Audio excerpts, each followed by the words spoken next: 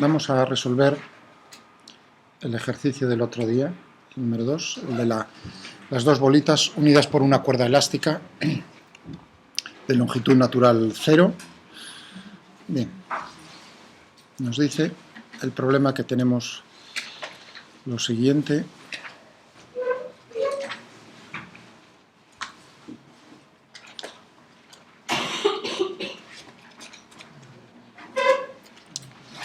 Tenemos esta bolita, vamos a llamarla la 1, esta es la bolita 2.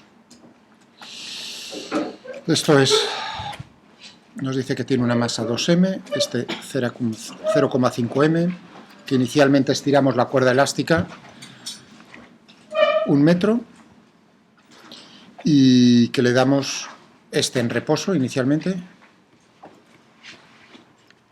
Y este pues tiene una velocidad inicial de perpendicular a la cuerda de 0,1 metros por segundo. Y nos piden ver en qué posición se encuentra cada una de las bolitas después de un tiempo determinado que está comparado frente al periodo t que tendría si nosotros colgamos una bolita m de esta manera y lo hacemos oscilar. Entonces ya podemos ver, si queréis, esto tendrá esta cuerda una constante de fuerza k. Es decir, que si tenemos el periodo t en función de k y de m, sería 2pi por la raíz cuadrada de m dividido por k. Esto sería el periodo correspondiente a este movimiento si colgamos una bolita de masa m. Es decir, que t lo podemos relacionar tanto con m como con k. Aquí os recuerdo que es 2m y 0,5m. ¿Vale? Entonces resolver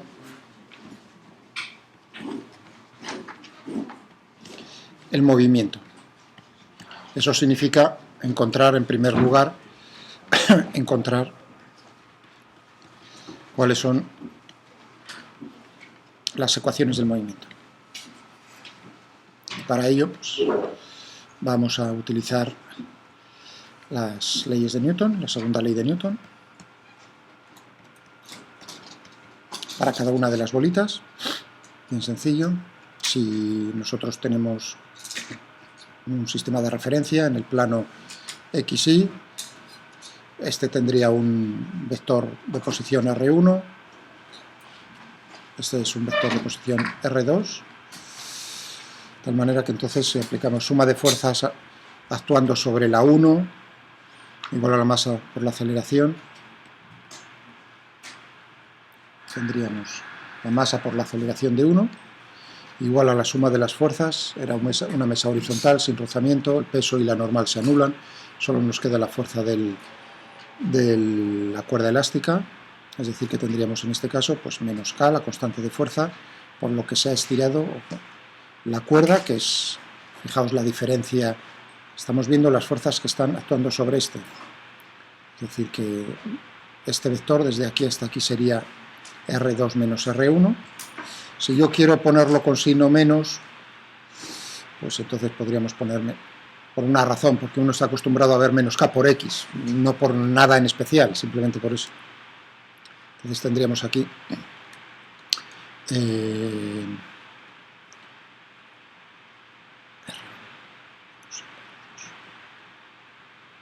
R1 menos R2, cuidado.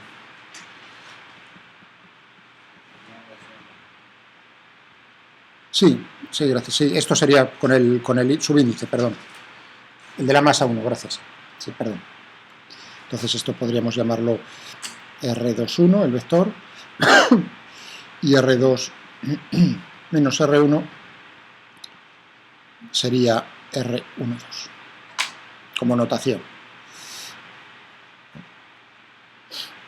Podemos decir que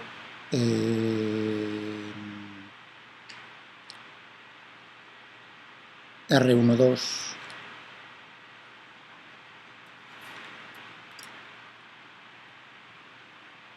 podemos llamar R, ¿no?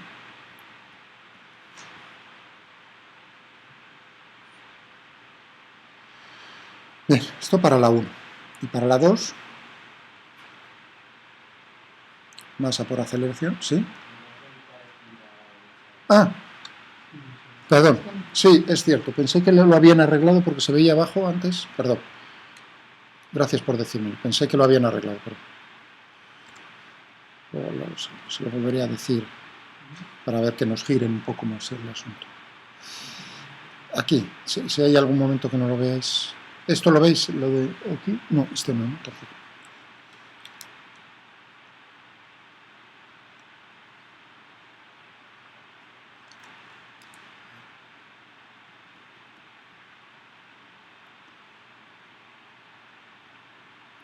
Ahora sí, ¿no?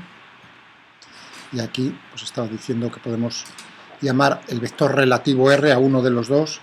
Había puesto, si no me equivoco, al R12, ¿no?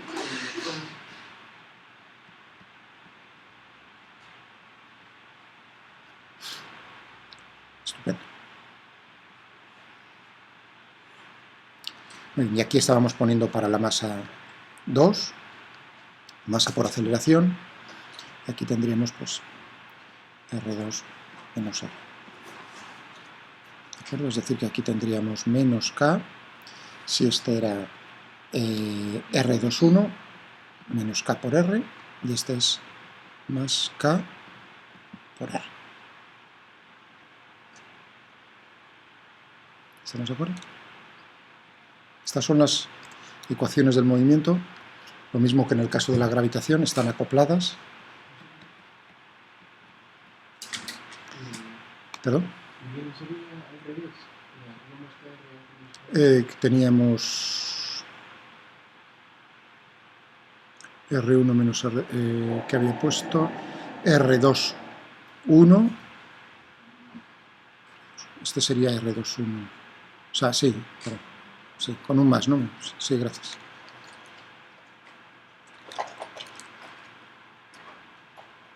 Vale.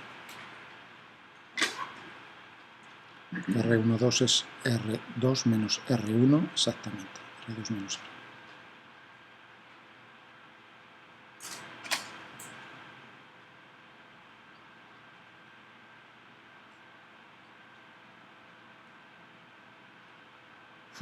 Vale, estupendo. Están acopladas.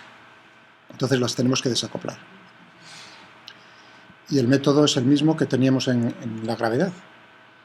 Simplemente sumando y restando, salvo constantes, ¿no? Vamos a poder desacoplar en dos movimientos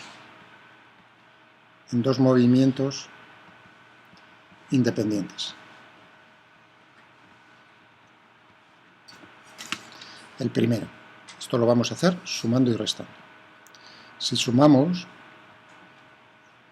las ecuaciones, lo que vamos a obtener es el movimiento del centro de masas del sistema. Es decir, que obtendríamos el movimiento del centro de masas, lo vamos a denotar, como hacíamos también en otro problema, de la gravedad, por R, R mayúscula. Entonces tendríamos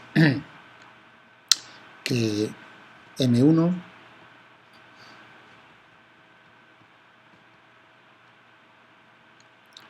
es igual a 0, y esto implica, por la definición de centro de masas, que era el promedio ponderado por las masas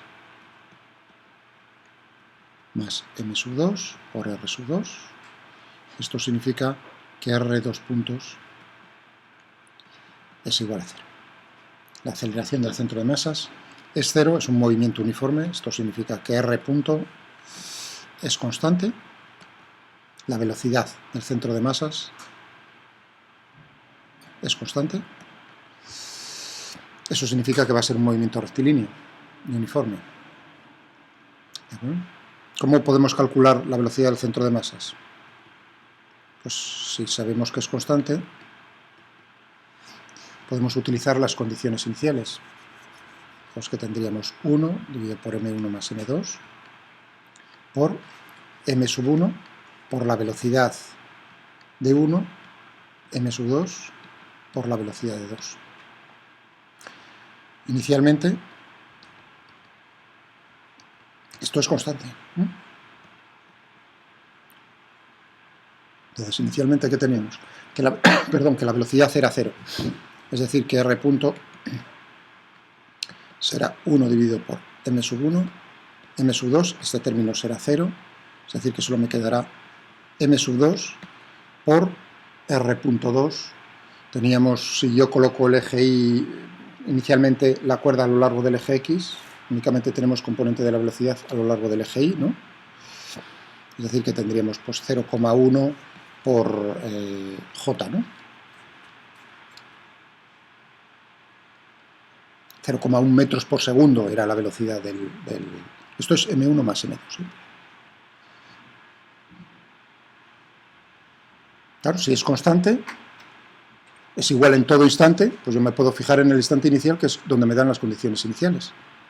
Eso quiere decir que X punto del centro de masas es 0, e Y punto del centro de masas es pues M2, sub 2, M sub 1 más M sub 2 por 0. ¿Perdón? Las condiciones iniciales está en reposo. 1 en reposo.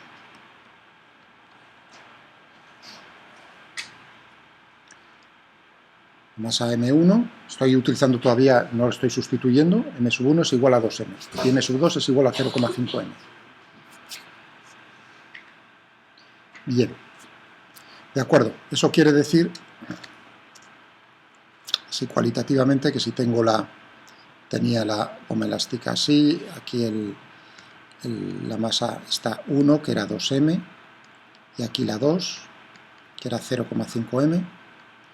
Entonces el centro de masas pues estará más cerca de la 1 que de la 2, naturalmente. La trayectoria del centro de masas, o sea, si inicialmente se encuentra por aquí, el centro de masas se moverá de esta manera. ¿De acuerdo? Bien, pues aquí ya tenemos una parte. Ya sabemos cómo se mueve un punto del espacio, que es el centro de masas del sistema. Ahora necesitamos qué ocurre con el movimiento relativo, segunda parte.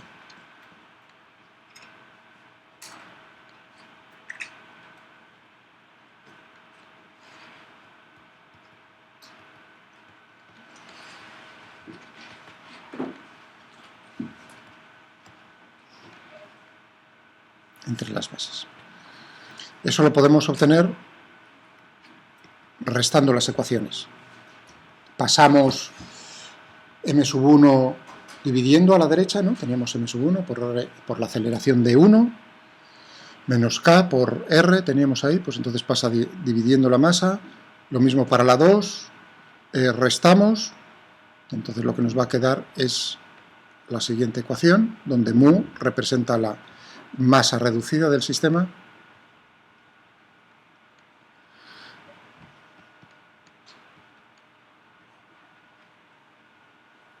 donde mu es la masa, antes hablaba con vuestros compañeros, reducida, masa reducida.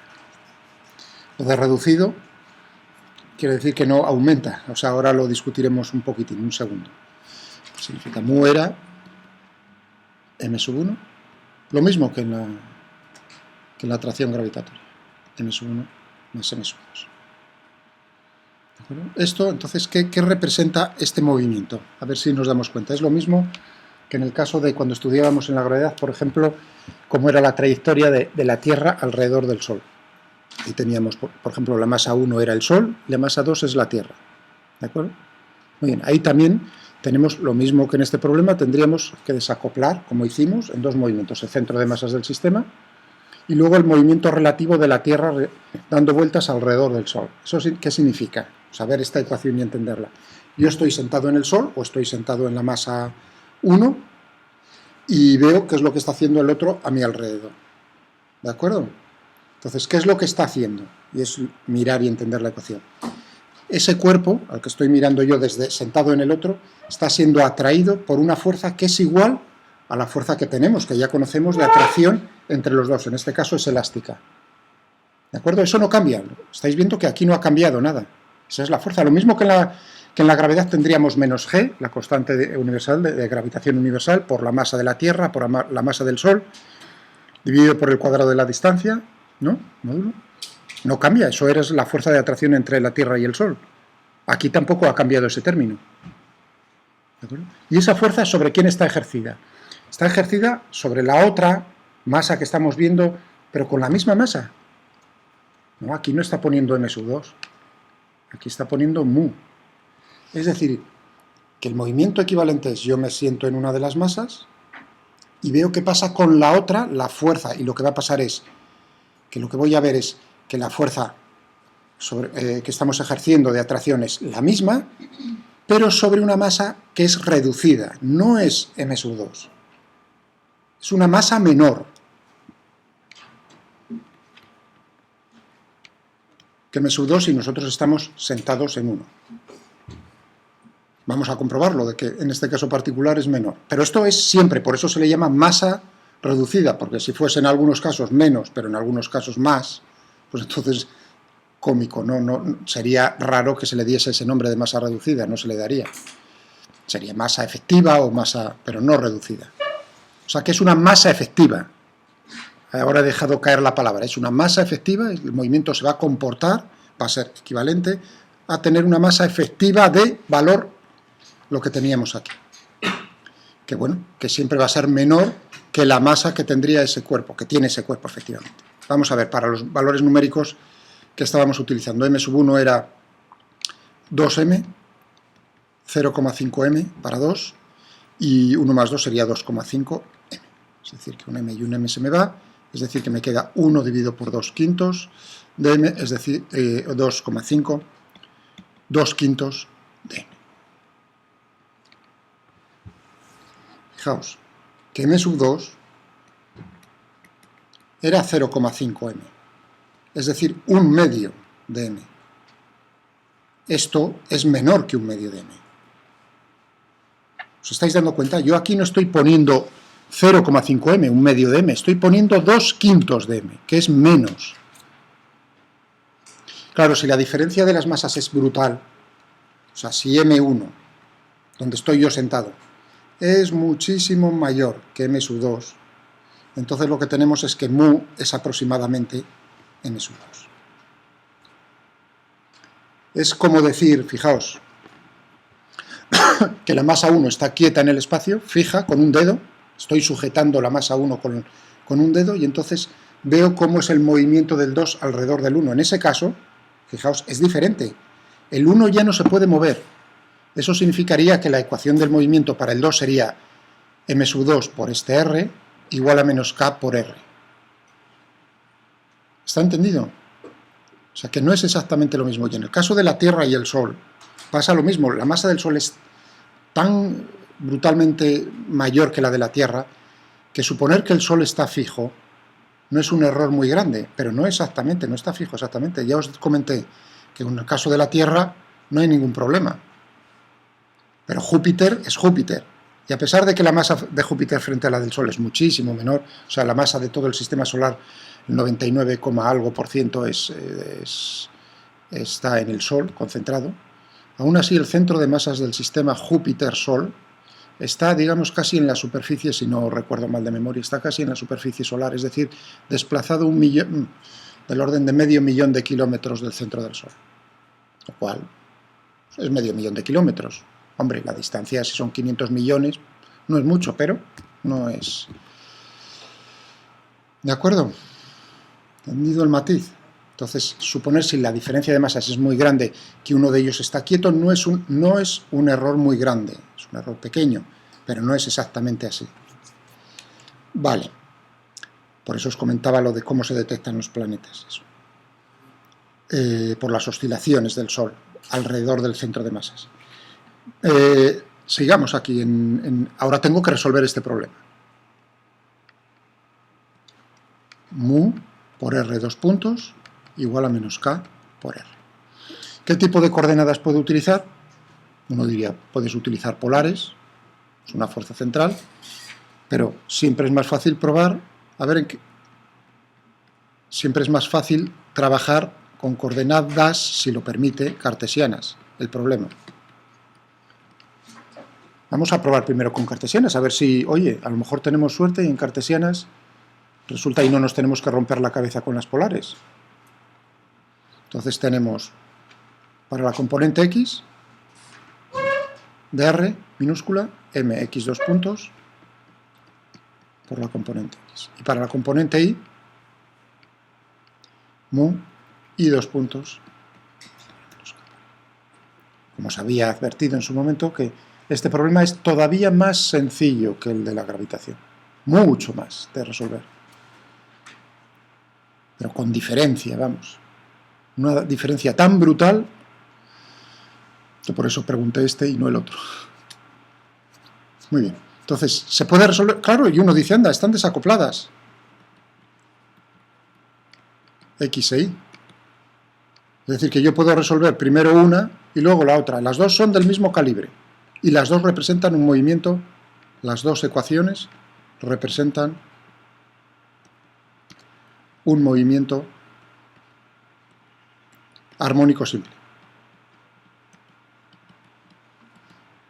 Y además, con el mismo periodo y la misma frecuencia, porque K es el mismo, mu es el mismo.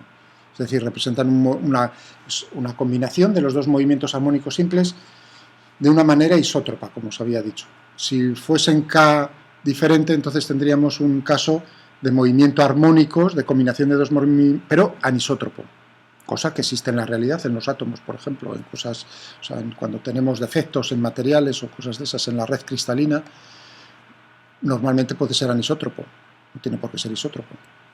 Entonces ahí tendríamos oscilaciones de un tipo un poco diferente, pero la solución es la misma, es directa. Para X, ¿qué tendremos? Si es un movimiento armónico simple, o sea, directamente, yo ya ni me preocupo, en cuanto veo esto, ya sé que la solución va a ser pues una amplitud en X por el coseno de omega. Uno pondría omega X, pero solo va a haber un omega, tanto para X como para Y va a ser el mismo. Omega t más un desfase delta de X. Y para Y,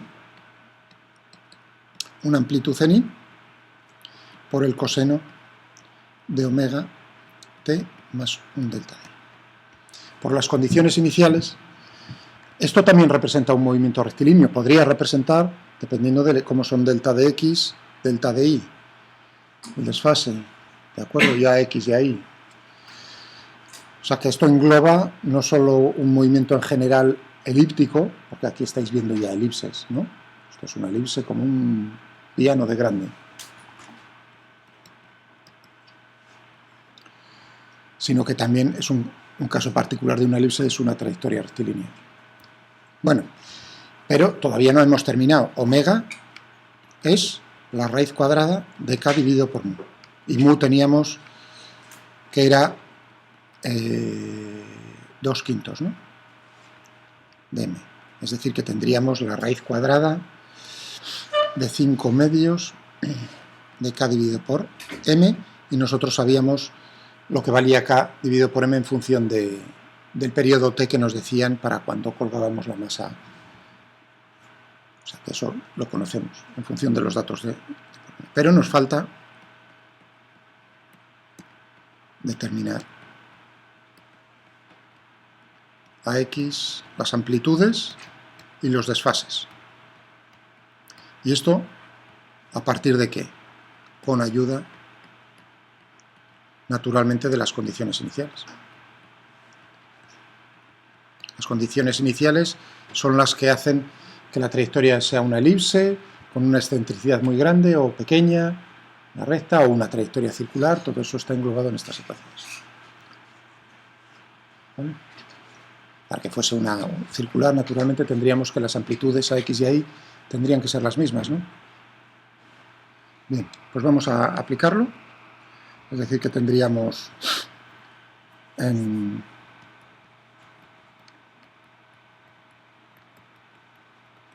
que aplicar que X en 0 era 1, ¿no? Y en 0, X punto en 0 era 0. Si nosotros aplicamos esto, es decir, hacemos la derivada para hallar x punto, ¿no? Tendríamos menos ax omega seno de omega t más delta de x. Imponemos que esto sea 1 y esto sea 0. Entonces, en t igual a 0, significa que delta de x es 0 y a x es igual a 1. Eso significa que la ecuación para x es 1 metro por coseno de omega t. Siendo omega lo que puse yo antes, sí. X punto de 0 es 0 porque... Por las condiciones iniciales. Pero porque era 0,1, ¿no? No, 0,1 era la velocidad. Sí. La velocidad componente, fíjate que los ejes perpendicular a la cuerda, por lo tanto, la componente horizontal de la velocidad es 0. Bien, ahora viene la segunda, efectivamente, tienes ahí razón, en la componente y en algún momento tendrá que, tenemos ahí, reflejarse, digamos, esa velocidad. Más delta de i, tendríamos i punto una cosa parecida, que antes, similar.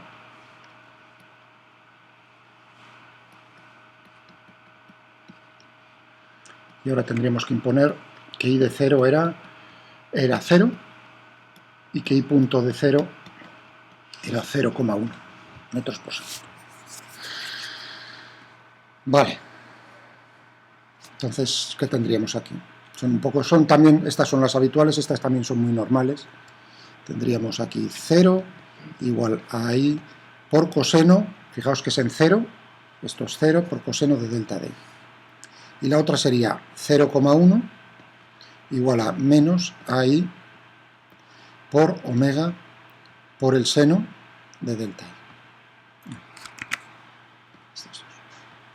Si dividimos esta por esta, tendríamos 0 igual a menos 1 dividido por omega, o sea, esta por esta, tangente.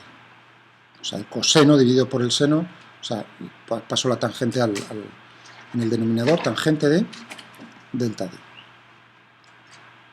Muy bien, para que esto se cumpla, esto significa que en el denominador omega es distinto de 0, es un número, tangente de delta tiene que ser infinito, ¿no? Es decir, que estamos con pi medios. ¿No? Pero, ¿estamos de acuerdo? No. Con cuidado con pi medios o con menos pi medios.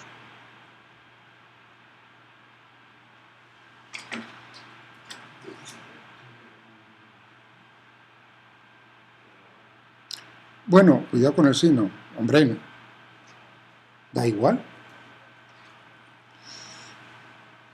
Bueno, da igual, sí, tiene razón y no tiene razón. Tiene razón en que da igual, porque ahora al meterlo en la otra ecuación, si yo escojo, ¿entendéis lo que quiero decir? No es lo mismo pi medios que menos pi medios, eso es evidente. O sea, no puede dar igual. No puede dar igual. A igualdad de amplitud no puede dar igual. ¿Está eso claro? Bueno, uno dice, pues delta de i, pi medios. Pero ya veréis cómo entonces, si cojo delta de i, pi medios, tendremos, si pongo aquí y lo traslado aquí, en esta condición,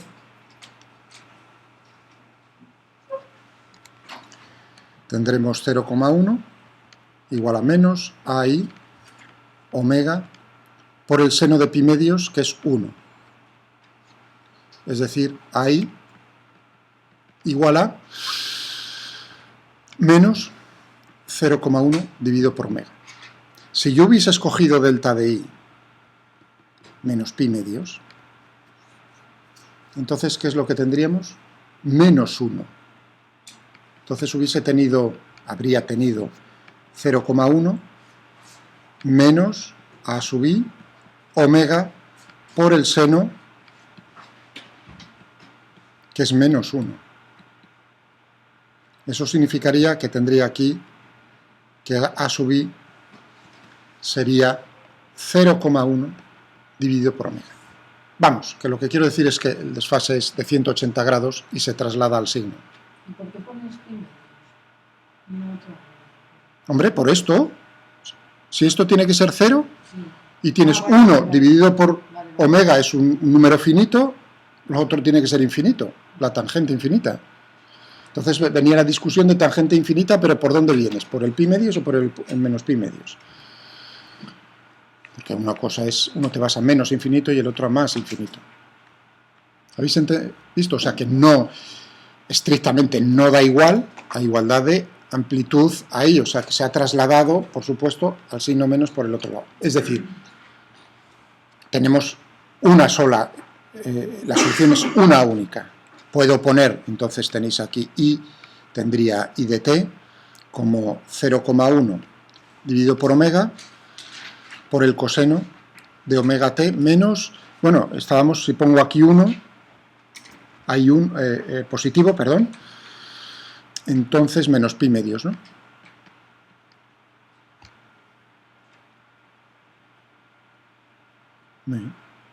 Y si pongo más pi medios, pues entonces estoy haciendo un giro, entonces sería i igual a 0,1 dividido por omega, con un signo menos, ¿no? Teníamos, por el coseno de omega t más pi medios.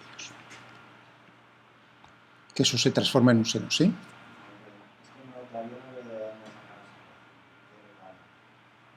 Pues de las condiciones iniciales. I de 0 es 0. He puesto los ejes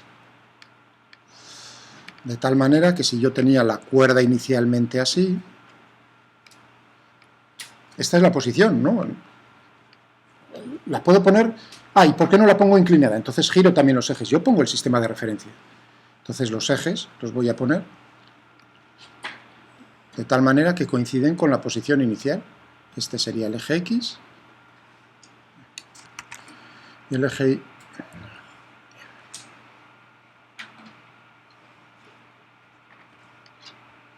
¿No? Entonces yo diría que I es 0 en t igual a 0. ¿O no?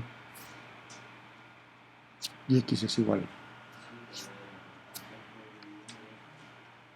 Pues estoy... Claro, estoy dividiendo una por la otra. O sea, yo tengo un sistema de dos ecuaciones con dos incógnitas. Las incógnitas son AX delta de X, AI delta de Y. ¿Y de dónde sacan esos parámetros? Esos siempre, ahí es el error. Muchas veces cuando uno no lo tiene claro, y creo que os lo advertí en su momento, la frecuencia o el periodo del movimiento no viene dado por las condiciones iniciales, es independiente de las condiciones, es decir, que me da igual para qué amplitud el periodo va a ser el mismo, si el movimiento es armónico simple, claro. Eso es fundamental. Viene dado cómo está construido el cacharro, es decir, por las masas y por la constante de fuerza de la cuerda. Las condiciones iniciales ahí no juegan ningún papel. Juegan un papel precisamente en cómo es la amplitud del movimiento y cómo es el desfase. Y se determinan con las condiciones. Fijaos que estamos integrando dos veces. X 2 puntos, Y 2 puntos, integro una vez, integro otra vez, y la solución, eso ya tiene que salir. O sea, uno ve esa ecuación y es que, vamos, ni una décima de segundo. Esa es la ecuación más importante. La solución es precisamente un movimiento armónico simple. Amplitud por coseno de la frecuencia angular por el tiempo más un desfase. ¿Alguna pregunta más sobre eso? ¿Bien? Y ya simplemente sería meter en vez de T 2T mayúscula y liquidado el asunto.